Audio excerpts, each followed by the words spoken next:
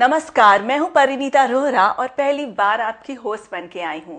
खबर बात की खास बात में आपका स्वागत है। आज हमारे बीच मौजूद हैं हमारे माननीय मेहमान मिस्टर संतोष टकले जी, जो बीए आरसी में साइंटिफिक ऑफिसर हैं और नेहरू तारांगण में गेस्ट लेक्चर्स भी देते हैं। ये टकले चैरिटेबल ट्रस्ट चलाते हैं और समाज सेवा करते हैं। ये छोटे गांव और शहरों में जाके लेक्चर्स और वर्कशॉप भी कंडक्ट करते हैं, जिससे लोगों की रुचि तंत्र ज्ञान और विज्ञान में बढ़ती है। नमस्कार संतोष जी, आपका हमारे शो में स्वागत है।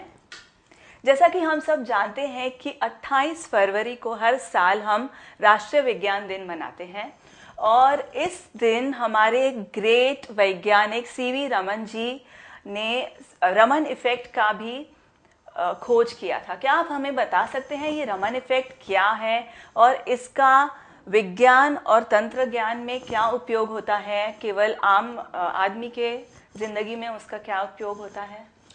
सही बात पूछी आपने। देखिए, ये जो रमन इफेक्ट है या ये जो आविष्कार किया गया था, ये इतना अहम और इम्पोर्टेंट है कि ये अगले कुछ सदी के लिए भारतवर्ष ने हर जवान या जो भी साइंस एंड टेक्नोलॉजी में कुछ रिसर्च मोटो रखना चाहता है, उसके लिए एक इंस्पिरेशन है। ऐसा मैं क्यों बोल रहा हूँ? क्योंकि जब यह आविष्कार हुआ था, उस आविष्कार की बदौलत 1930 में उनको नोबेल पारितोषिक से नवाजा गया। ये जो नोबेल प्राइज था उनको जब मिला, he was the first Asian, he was the first non white to get the award in Nobel category for the science fraternity. तो इस तरीके का ये जो आविष्कार था, यह आविष्कार सही मायने में एक प्रेरणा है। और जैसे आपने पूछा कि हम बहुत सारी चीजें याद तो रखते हैं, पर उसके पीछे जो बैकग्राउंड होता है उसके बारे में हमको ज्यादा पता नहीं रहता। जैसे रमन इफेक्ट आज है कि हम हर पहलू में देखते हैं, but what is Raman effect अगर किसी को पूछा जाए तो नॉर्मली आपको जवाब मिलेगा कि एक कॉम्प्लेक्स फेनोमेना है, शायद स्कूल या कॉलेज गोइंग बच्चों को समझना थोड़ा मुश्किल होगा, या फिर जो नॉन साइंटिफिक कैटेगरी के हैं उनको समझना मुश्किल होगा। बात ऐसी बिल्कुल नहीं है। अगर मैं आपको पूछूं कि आसमान का कलर नीला क्यों है, या भी जो समुंदर होता है, समुंदर के पानी का कलर वो जो गहरा नीला होता है, डीप ब्लू जिसको हम बोलते हैं, ये क्यों है? तो इसी चीज का एक्सप्लेनेशन जो है वो रामन इफेक्ट हमको देता है। ये तो कॉमन मैन के लिए जो हम बोल रहे हैं वो बात हो गई, बट इंपॉर्टेंट बात ये है कि इसी चीज को अगर हम आगे एक्सटेंड करें तो इसके कई एप्लीकेशंस है। तो उस पॉइंट ऑफ व्यू अगर मैं आपको टेक्निकल टर्म्स में अभी रामन इफेक्ट बताऊं, क्योंकि आप ये जो कॉमन मैन की लैंग्वेज तो समझ गए हैं, तो सिंपल है कि जब लाइट वेव किसी मीडियम में या मॉलिक्यूल के ऊपर से डिफ्लेक्ट होती है, तो उसके वेवलेंथ में, मतलब उसकी तरंग की लंबाई में जो फर्क आता है, उस फर्क को, मतलब फर्क आता है ये ढूंढा गया, और वो फर्क क्यों आता है ये ढूंढा गया, ये रमन इफेक्ट है। तो इस तरीके से ये जो फर्क है, इसने पूरी, मतलब ऐसा आप बोलते हैं कि साइंस एंड टेक्नोलॉजी में एक हलचल मचा दी। और दैट्स द इफेक्ट कि इमीडिएटली 1928 में आविष्कार हुआ और 2 साल बाद इमीडिएटली उनको नोबेल प्राइज से नवाजा गया। ये बहुत कम हुआ। इंपॉर्टेंट बात यह है कि तभी इंडिया इंडिपेंडेंट नहीं था, तो ऐसे बावजूद भी इस चीज को नोट किया गया, सराहा गया और उनको प्राइज से नवाजा गया। सो आप समझ सकते हैं कि कितनी अहम खोज है। बिल्कुल, हमें बहुत गर्व की बात है कि सीवी रमन जी को नोबेल प्राइज मिला था, पुरस्कार मिला था उन दिनों में। तो फिर ये तंत्र ज्ञान और विज्ञान में रमन इफेक्ट की क्या आवश्यकता है, या क्या कैसे उपयोग होता है? देखिए, जैसे कि मैंने बताया कि ये जो हमने बोला कि प्रकाश की तरंग की लंबाई में जो फर्क आता है, ये फर्क जो है, ये फर्क जिस मॉलिक्यूल से ये लाइट बीम डिफ्लेक्ट हो गई उसके प्रॉपर्टीज के बारे में हमको बताता है।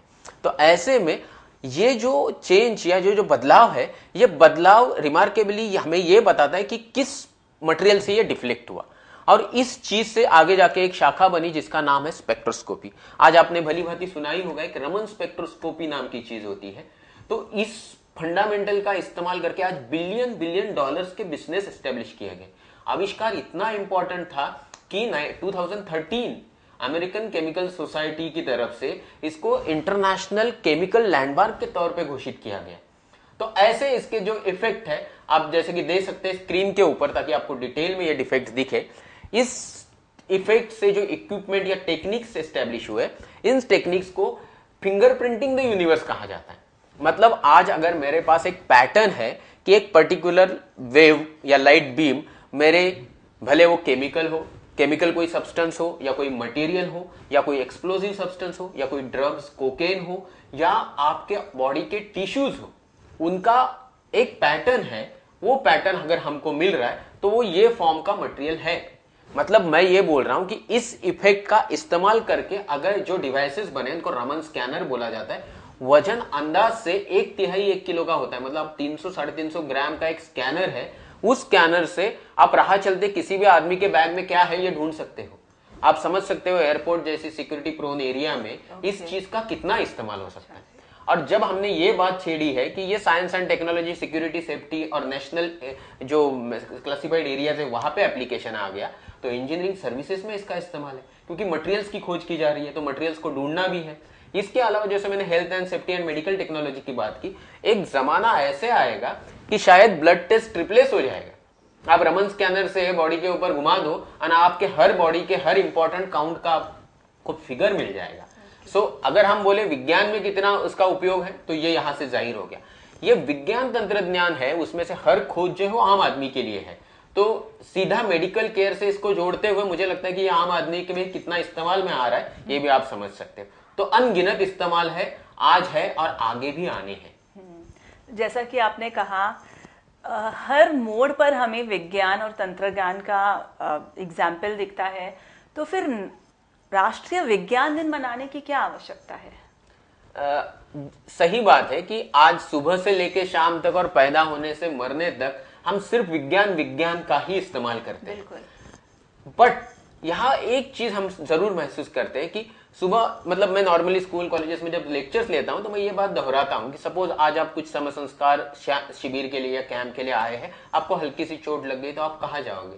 किसी धर्म स्थल में, मंदिर, मस्जिद, गुरुद्वारा जाओगे कि कहीं और? तो बच्चे इमीडिएटली बोल देते नहीं sir, will run to the doctor, किसी क्लिनिक में जाके हम हमारा इलाज करेंगे। इसी तरीके से जब हम बोलते हैं कि भाई आप बड़े हो गए, आपको कोई बड़ी बीमारी हो गई, हार्ट से रिलेटेड है, आपके किडनी से related, anything, whether it's a cancer, heart transplant, anything, आप कहाँ जाओगे? आप जाओगे इसी धर्म स्थलों में या आप जाओगे किसी टेक्निकल, मतलब टेक्निकली साउंड साइंटिफिक आदमी से जो मेडिकल प्रोफेशन से बिलोंग करता है? आंसर अगर फिर से आपको यही मिलेगा कि they will run to the medical professional who is a part of science and technology. मतलब बात यही है कि हम जिंदगी भर हर पहलू में साइंस एंड टेक्नोलॉजी का इस्तेमाल करते हैं, बट जब कुछ अनएक्सप्लेन्ड चीज की प्रेजेंट स्टेट में स्टेज आती है तो हम कुछ और कर बैठते हैं। ऐसे में आपको यह जरूर महसूस होगा कि ये राष्ट्रीय विज्ञान दिन है, इसको मनाने की बहुत आवश्यकता है, क्योंकि इससे हमको जो एप्लीकेशन हम दिन रात साइंस एंड टेक्नोलॉजी के यूज करते हैं, ये एप्लीकेशंस का हम सही मायने में प्रोपेगेशन कर रहे हैं क्या? उसके पीछे जो वैज्ञानिक सोच है क्या हम वो अपने में इंप्लीमेंट कर रहे हैं? जो नए नए आविष्कार हो रहे हैं क्या हम उसको बढ़ावा और प्रमोशन और उसका प्रोपेगेंडा कर रहे हैं क्या? इसके अलावा सारी कम्युनिटी को साथ लेके हम साइंटिफिक अवेयरनेस फैला रहे हैं क्या? जो नए नए आविष्कार हुए उसके शोकेस या उसका डिस्प्ले का एक मौका है। जिनको नए नए सोच में कुछ डाउट्स आ रहे हैं उनके लिए एक प्लेटफॉर्म है कि वो इस ओकेजन का फायदा उठाते हुए कुछ सीनियर साइंटिस्ट लोगों से इंटरेक्शन करें। इस तरीके के अनगिनत पहलू है जो हमें मजबूर कर देते हैं कि हम ये दिन सेलिब्रेट करें नेशनल साइंस डे के तौर पे, और जो इतनी इंपॉर्टेंट डिस्कवरी की गई थी इसको हम लोग फिर से डिस्प्ले करें, उसको हम महसूस करें, उससे इंस्पिरेशन ड्रॉ करें। इस तरीके की ये सोच बिल्कुल। और हर साल इस दिन के लिए कोई थीम निर्धारित की जाती है, तो इस साल की थीम के बारे में आप हमें कुछ बता सकते हैं? ये थीम जो है, आज आप जानते हैं कि दुनिया इतनी बड़ी हो चुकी है, उसी तरीके से विज्ञान और तंत्रज्ञान की ये शाखा भी काफी फैली हुई है। मैंने जो ऑब्जेक्टिव्स आपको साइंस डे सेलिब्रेशंस के बताए उसको अगर आप ध्यान में रखेंगे तो इट्स इम्पॉसिबल टू एड्रेस ये एक छोटे से दिन में 24 घंटे के टाइम में कहीं भी कितनी भी एक्टिविटी हो, सारी चीजों को एड्रेस नहीं किया जा सकता। तो ऐसे में शायद जो इंपॉर्टेंट उस पीरियड के लिए, उस एरा के लिए, उस दिनों के लिए महत्वपूर्ण है, उस पर्टिकुलर लाइन को लेते हुए उसको प्रोपेगेट किया जाता है। जैसे कि आप स्क्रीन के ऊपर देख सकते हैं कि जो थीम्स, मतलब आप 86 में ये फोरम ने डिसाइड किया कि नेशनल साइंस डे सेलिब्रेट किया जाएगा। 99 तब से शुरुआत हुई, 99 से लेके कुछ थीम्स उन्होंने बताना चालू कर दिया। आप स्क्रीन के ऊपर भली भांति देख सकते हैं कि 99 की थीम थी आवर चेंजिंग अर्थ, 2000 में recreating interest in basic science, 2001 में information technology for science education, 2002 में wealth from the west, and 2003 में 50 years of DNA, 25 years of IVF, यानी जो भी इन विट्रो फर्टिलाइजेशन और जो डीऑक्सीकार्बोन्यूक्लिक एसिड मतलब डीएनए की खोज थी, उसको उसके डिस्कवरी के नाम पे 50 साल होने के बावजूद वो होने के कारण वो सेलिब्रेट किया गया। 2004 में encouraging scientific awareness in community, 2005 में सेलिब्रेटिंग फिजिक्स। ये फिर से 1905 यानी उस टाइम पे आइंस्टाइन जी ने जो स्पेशल थ्योरी ऑफ रिलेटिविटी और क्वांटम मैकेनिक्स के फंडे बताए जिससे फिजिक्स की दुनिया हिल गई, उसको 100 साल हुए, इसलिए 2005 में सेलिब्रेटिंग फिजिक्स नाम की थीम रखी गई थी। 2006 में nurture nature for our future ये थीम रखी गई थी। 2007 में मोर क्रॉप पर ड्रॉप। एक जमाना था जब हिंदुस्तान या पूरे दुनिया ने भी भुखमरी देखी है। 1960 के पीरियड में हमारे देश के कई लाखों लोग मर गए सिर्फ भुखमरी के कारण। फिर श्रीनिवास जी और जो कुरियन जी है, इनसे कारण जो हरित क्रांति और श्वेत क्रांति हुई, उसकी बदौलत आज हम एटलीस्ट जो नेचुरल रिसोर्सेस या खाने पीने की चीज है उसके बारे में सेफ एंड सिक्योर है। तो इस तरीके के फंडामेंटल्स के हिसाब से देखें तो आज हिंदुस्तान में ऑलमोस्ट 50+% एग्रीकल्चर लैंड जो यूज कर सकते हो की गई है। दुनिया के तौर पे ये 11% का आंकड़ा है। ऐसे में अगर पानी का अहमियत अभी नहीं समझे तो कभी नहीं समझ पाएंगे। तो पानी की अहमियत समझने के लिए मोर क्रॉप पर ड्रॉप का इंपॉर्टेंस या ये थीम रखी गई। Understanding the planet earth next year यानी 2008 की थीम थी। 2009 में एक्सपांडिंग होराइजन्स ऑफ साइंस, 2010 में gender equity, science technology for sustainable development, और 2011 में केमिस्ट्री इन डेली लाइफ, और 2012 में clean energy options and nuclear safety. ये हुआ फुकुशिमा इंसिडेंट के बाद। यानी लोग चाहते थे कि एनर्जी आए। आज जो ग्रीन हाउस गैसेस हम इमिट करते हैं वो 40% है, अगले 2030 तक वो 58% हो जाएंगे। तो क्लीन एनर्जी ऑप्शंस हमें चाहिए ही चाहिए। ऐसे में nuclear energy is one of the biggest option, but ऐसे होने के बावजूद भी सेफ्टी के कारण न्यूक्लियर एनर्जी के अगेंस्ट बहुत बवाल हुआ। तो इसीलिए 2012 में ये चीज बताने के लिए ये चीज आ गई सीन में, और 2013 में जेनेटिकली मॉडिफाइड क्रॉप्स जो है और उसकी फूड सिक्योरिटी, ये ऑप्शंस को हाईलाइट किया गया। अभी रही 2014 की बात, तो जो मेरे इंटरेस्ट का टॉपिक है शायद उसके लिए आज हम यहाँ बैठे, और नेशनल साइंस डे भी उसी के लिए सेलिब्रेट किया जाता है। वो है फोस्टरिंग साइंटिफिक टेम्पर, यानी वैज्ञानिक सोच को बढ़ावा देना। ये क्या होता है doctor Santosh ji, scientific temper इतना इम्पोर्टेंट क्यों है? ये देखिए, जो आज हम साइंस एंड टेक्नोलॉजी देख रहे हैं ये 400 साल पहले नहीं था तो 4000 साल पहले होने की बात ही नहीं है। मतलब आप ऐसा बोल सकते हैं science is a knowledge base, technology is application. तो एप्लीकेशन के लिए वो फंडामेंटल्स को, नेचर्स के लॉ को समझना बहुत जरूरी है। ये समझने की शुरुआत किसी ने की, और वो शुरुआत जो है वो हो गई attitude of questioning and reasoning. बिल्कुल, और हर चीज पे सवाल किया जाना चाहिए। तो ये जो सोच कुछ लोगों ने दिखाई, उनके साथ बहुत अच्छा सलूक नहीं किया समाज ने।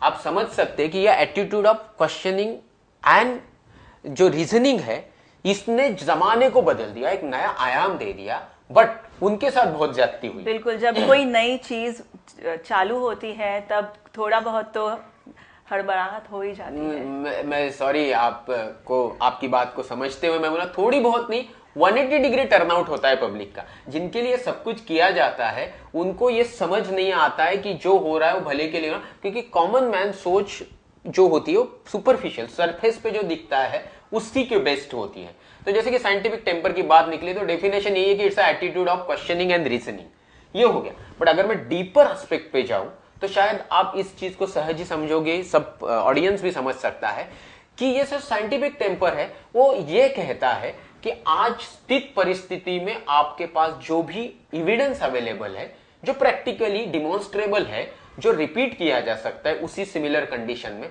उसी पे विश्वास रखो। सिर्फ मैं कोई अधिकारी व्यक्ति हूं और मैंने बोल दिया इसलिए उसको सच मत मानो। कहीं किसी ग्रंथ में लिखा हुआ है। संतोष जी धन्यवाद, आपकी बातों में काफी दिलचस्पी हो रही है हमारे दर्शकों को, I am sure about that. लेकिन अब वक्त हुआ है छोटे से ब्रेक का। अभी हाजिर होते हैं छोटे से ब्रेक के बाद। घरात बँकेची ब्रँच, अगं चला, मुहूर्त जवळ आला. We are ready. आमच्या घरात बँक. काहीतरीच काय. खरंच घरात ब्रँच कमाल आहे.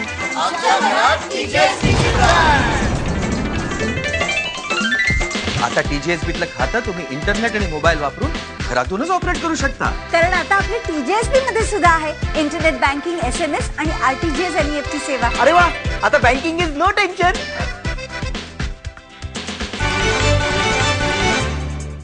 ब्रेक के बाद खबर बात की खास बात में आपका स्वागत है। हम बात कर रहे थे साइंटिफिक टेम्पर और उसके इम्पोर्टेंस के बारे में।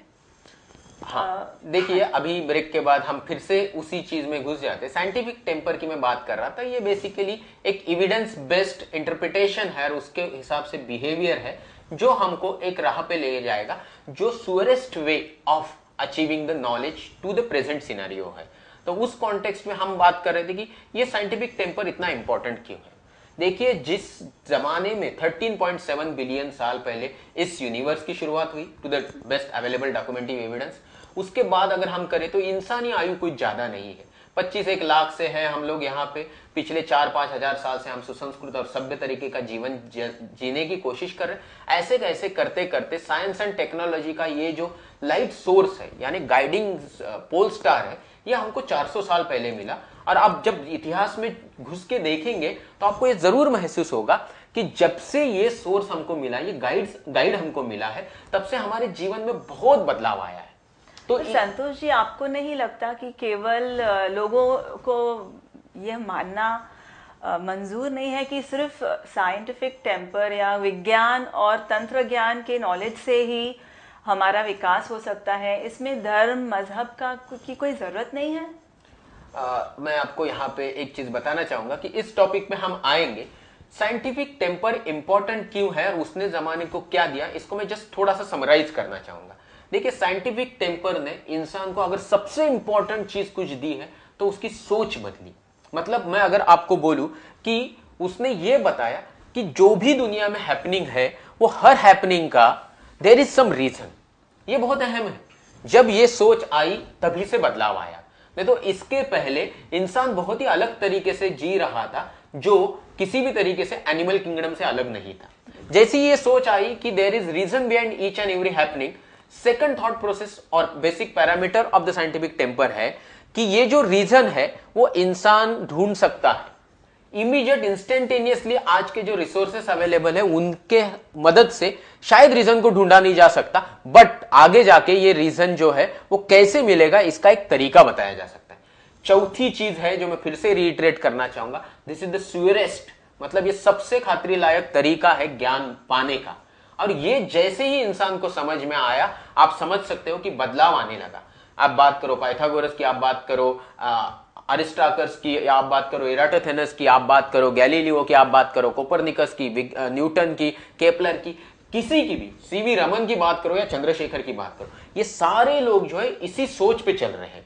ये है विज्ञान जिसने हमको इतना सेफ सिक्योर लाइफ दिया, जो हमने शुरुआत में ही बोला कि हर उम्र के हर पहलू में दिन की शुरुआत से लेकर अंत तक हम साइंस एंड टेक्नोलॉजी का इस्तेमाल करते हैं। जब कुछ अनसुलझी गुत्थी आम आदमी के सामने आ जाती है तो वो धर्म मजहब इन चीजों के पीछे भागने लगता है। आप मुझे सही मायने में बताइए कि ये जो धर्म है ये पहले से है, जब इंसान ना समझ था तब से है। साइंस एंड टेक्नोलॉजी इंसान जैसे समझदार बनने लगा तब से आने लगी। तो आज हमारे पास जो साइंस है और रिलीजन है, अगर रिलीजन की जरूरत होती, रिलीजन इंसान को इथिकल बनाता, तो इतने अत्याचार, अन्याय और इनजस्टिस जो हम सोसाइटी में देख रहे हैं वो क्यों है? अगर होता, मतलब अगर इसका बेस वो होता, उससे वो आउटपुट निकलता था, तो इसकी जरूरत ही नहीं थी। आइए साइंस एंड टेक्नोलॉजी पे मैं सिंपल एक आपके समझ में आए इसलिए बता दूं कि साइंटिफिक टेम्पर जो है ये इंडियन कॉन्स्टिट्यूशन का हिस्सा है। Article 51A fundamental duties of every Indian citizen ये बताता है कि आपको साइंटिफिक टेम्पर डेवलप करना है, इनकलकेट करना है। रिलीजन का फ्रीडम दिया है, बट रिलीजन बढ़ाना है ऐसा कहीं नहीं लिखा है। साइंटिफिक टेम्पर के बारे में स्पेशली लिखाया गया है क्योंकि ये अपने समाज को बहुत आगे लेके जाएगा। आज यूरोप की डेवलपमेंट जो है वो पिछले 400 साल में हुई है। हिंदुस्तान 60-70 साल हो गए इंडिपेंडेंस को, आज हम वही अटके हुए हैं, धर्म मजहब भगवान इनमें अटके हुए हैं। आप मुझे बताओ कि सपोज मैं हर धर्म स्थल को एक हॉस्पिटल से, एक स्कूल से, एक अच्छी शिक्षा देने वाले और नैतिक नागरिक बनाने वाले जगह में परिवर्तित करूं तो आपको कोई ऐतराज है? क्या ऑडियंस को कुछ ऐतराज होगा? क्या इससे अच्छा समाज नहीं आएगा? हम अगर देखें तो हॉस्पिटल्स और स्कूल्स में भी मूर्ति रखी जाती है, तो वो हमारा वो हिस्सा वो रहने ही वाला है। इलाज तो डॉक्टर तो करता हम जी बिल्कुल, इलाज तो डॉक्टर करता है, लेकिन जो फेथ है, जो विश्वास है, वो कहाँ से आता है? ये तो कंट्रोवर्सी चलती ही रहेगी हमेशा। आप और हम में नहीं है ये कंट्रोवर्सी, सालों से एक्टिविटीज पे आ सकते हैं प्लीज। तो मैं सिर्फ नहीं, फिर भी मैं आपसे जानना चाहूंगी कि हम कैसी एक्टिविटीज आयोजित कर सकते हैं, स्पेशली हमारे ग्रामीण क्षेत्र में, जहां पर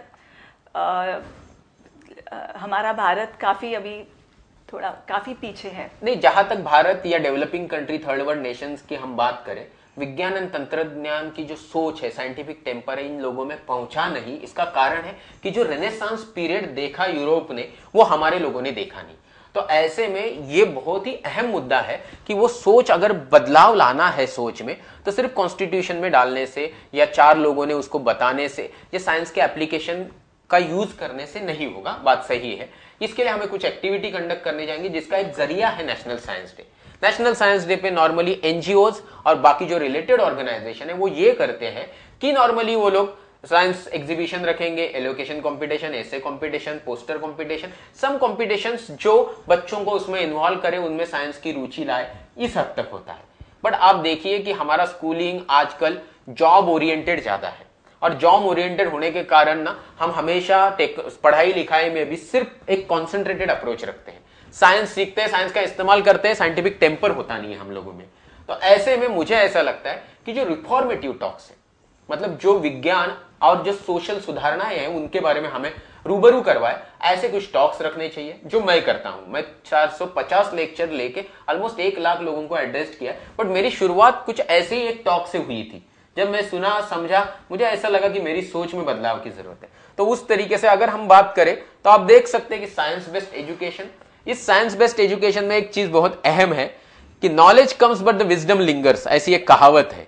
तो ये साइंस बेस्ड जो एजुकेशन है, इसमें नॉलेज के साथ वो विजडम भी आना चाहिए, कॉमन सेंस भी डेवलप होना चाहिए। तो इस तरीके कुछ एक्टिविटी और कॉन्स्टिट्यूशनल ड्यूटी जो है उसको बढ़ावा मिले कि साइंटिफिक टेम्पर डेवलप करना इंडिविजुअल लेवल पे क्यों जरूरी है, क्योंकि 121 करोड़ की हमारी आबादी है।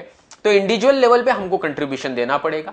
इसके लिए हमें, मतलब बोलते हैं ना, विचार करो, आचार करो और प्रचार करो। तो मतलब हमें उसके साइंटिफिक टेम्पर के बारे में सोचना होगा, समझना होगा, बढ़ावा देना होगा। उसके लिए जैसे मैं बोल रहा था कि साइंस क्लब्स फॉर्म किए जा सकते हैं, साइंस सेंटर्स को विजिट दिया जा सकता है। इसके अलावा स्कूल कॉलेज के बच्चों को नेचर पार्क या सेक पार्क या बर्ड सेंचुरी में लेके जाके नेचर के साथ रूबरू करके उसका साइंस एंड टेक्नोलॉजी के साथ कनेक्टिविटी दिखाते हुए यह दिखाना बहुत जरूरी है कि साइंटिस्ट और वैज्ञानिक एवं समाज सुधारकों ने किस तरीके से इन चीजों को जोड़ा, जो आज ह्यूमन सभ्यता का एक अहम हिस्सा बन चुका है। और उसके कारण एक नई दिशा हमारे समाज को मिल रही है, जिसमें कहीं भी अनइथिकल या फिर जो रिलीजियस बेस्ड फीलिंग्स है, इसका कहीं कोई स्थान नहीं है।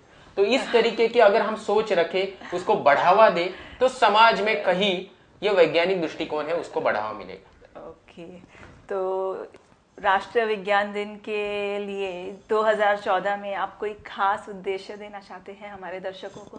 या fostering scientific temper, of course, मतलब ये तो थीम है जो देश के बहुत जाने माने लोग हैं। इसके अलावा तो मैं अपनी नम्रता से यही कहना चाहूंगा कि मैं बहुत छोटा आदमी हूं कि ये बताऊं या मैसेज दूं, बट सजेशन जरूर देना चाहूंगा। मेरे सजेशन तो यही है कि we have to respect Indian constitution, that is the most predominant holy book आज की डेट पे हमारे हिंदुस्तान के लिए है, जो बहुत ही सोशल, रिफॉर्मेटिव और साइंटिफिक सोच वाले लोगों ने बनाया है। इसके तहत हमको साइंटिफिक टेम्पर को बढ़ावा देना है। यह समझना है कि scientific temper is a temper of free man. अगर ये मैं कहूं तो उसके हिसाब से हमें हर सुपरस्टिशियंस, रिलीजियस रिचुअल्स जो है, कर्मकांड जो है, रूढ़ी परंपरा, इनको भगा देना चाहिए अपनी जिंदगी से। और ये सब करने के लिए मैं अपना तो कोई मैसेज नहीं देना चाहूंगा, मैं सिर्फ इतना ही कहना चाहूंगा, इस तरीके के सोच वाले लोगों से आप जुड़े रहे। हमारी कुछ आपको मदद हो सकती है तो हमें बताएं। बट मैं यहां पे दोहराना चाहूंगा मैसेज जो हमारे प्रिय पंडित जी ने दिया था, जो हमारे फर्स्ट प्राइम मिनिस्टर थे। उनके हिसाब से साइंस अलोन, मतलब एक विज्ञान अकेला ही ऐसा है जो प्रॉब्लम्स, मतलब कोई भी प्रॉब्लम्स हो, स्क्रीन पे आप देख सकते हैं, इंग्लिश इंटरप्रिटेशन इसका है कि जो भी प्रॉब्लम्स, जो भी समस्या या भूख, गरीबी, इनसैनिटेशन, अस्वच्छता, निरक्षरता, अंधश्रद्धा एवं डेडनिंग कस्टम्स, मतलब जो भी रूढ़ी परंपरा है जो इस समाज के लिए घातक है, इन सबसे छुटकारा पाने का अहम जरिया है साइंस। आज सबसे अमीर रिसोर्सेज से रिच कंट्री के लोग भुखमरी से मर रहे, तो इससे भी छूट पाने का तरीका है, इससे भी बचने का तरीका है साइंस। तो ऐसे में जब कौन इग्नोर कर सकता है कि साइंस एंड टेक्नोलॉजी को एट एवरी टर्न, जैसे शुरुआत में ही परिणीता जी ने कहा कि हर मौके पे, हर दिन, हर सुबह, हर पल हम साइंस एंड टेक्नोलॉजी का इस्तेमाल करते हैं, तो हमें उसके प्रति इतनी तो रिस्पेक्ट रखनी होगी कि हमें साइंटिफिक टेम्पर लाना ही होगा अपने जीवन में। मुझे भी यही कहना था, यही मैसेज है। संतोष जी, आप हमारे स्टूडियो में आए उसके लिए बहुत बहुत धन्यवाद। हमारे दर्शकों को बहुत ही अच्छा लगा और वो साइंटिफिक टेम्पर जरूर डेवलप कर चुके होंगे। मैं आपका तहे दिल से शुक्रिया अदा करती हूँ कि आप हमारे स्टूडियो में आए। धन्यवाद। धन्यवाद परिंदा जी। मैं भी दर्शकों को 2014 के राष्ट्रीय विज्ञान दिवस की शुभकामनाएं देना चाहूंगा। धन्यवाद। आपको हमारे प्रोग्राम के बारे में कोई सूचना या जानकारी लेनी हो तो आप हमें इस पते पर कांटेक्ट कर सकते हैं। हमारा पता है, दोस्तों, हम इंटरनेट के माध्यम से जुड़े रह सकते हैं। हमारा ईमेल एड्रेस है khabarbaat@live.in। फेसबुक पे हम मिल सकते हैं facebook.com/khabarbaat। यूट्यूब पे हम मिल सकते हैं youtube.com/UNBSuman। हमारा मोबाइल नंबर है 9869009449। हम जल्द ही फिर से आएंगे एक नए विषय और जानकारी के साथ। तब तक के लिए मैं आपसे आज्ञा चाहूंगी। आपकी होस्ट और दोस्त परिणीता रोहरा।